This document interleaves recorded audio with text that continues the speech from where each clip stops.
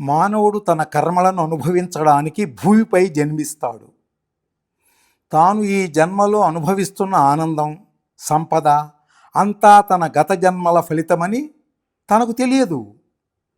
కానీ తన పుణ్యకర్మల ఫలితం ఎప్పుడైతే పూర్తవుతుందో అప్పటి నుండి తాను కష్టాలతో, సమస్యలతో సతమతమవ్వాల్సి వస్తుంది. అందువలన తనకు భవిష్యత్తులో కలిగే కష్టాల నుండి, నష్టాల నుండి రక్షించుకోవడానికి మానవుడు సద్గురు చరణాలకు శరణు చెందాలి. మీరు సద్గురు సాయిబాబాకు శరణు చెందితే ఇక మీ భారమంతా ఆయనదే. ప్రతిక్షణం ఆయన మిమ్మల్ని క్షేమంగా ఉంచుతారు. సాయిబాబా పట్ల మన యొక్క భక్తి శ్రద్ధలు దృఢంగా ఉండాలి. కనుక దైవస్వరూపులారా, ఎటువంటి సందేహానికి లోను కావద్దు. మరియు బాబా దర్శనం కోసం వెళ్ళడం మానవద్దు.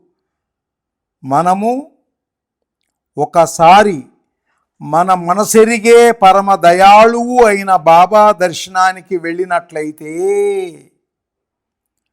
ఆయన దివ్య ఆశీస్సులతో మనము పొందే ప్రయోజనం మనల్ని ఎప్పటికీ బాబాను మరువనివ్వదు.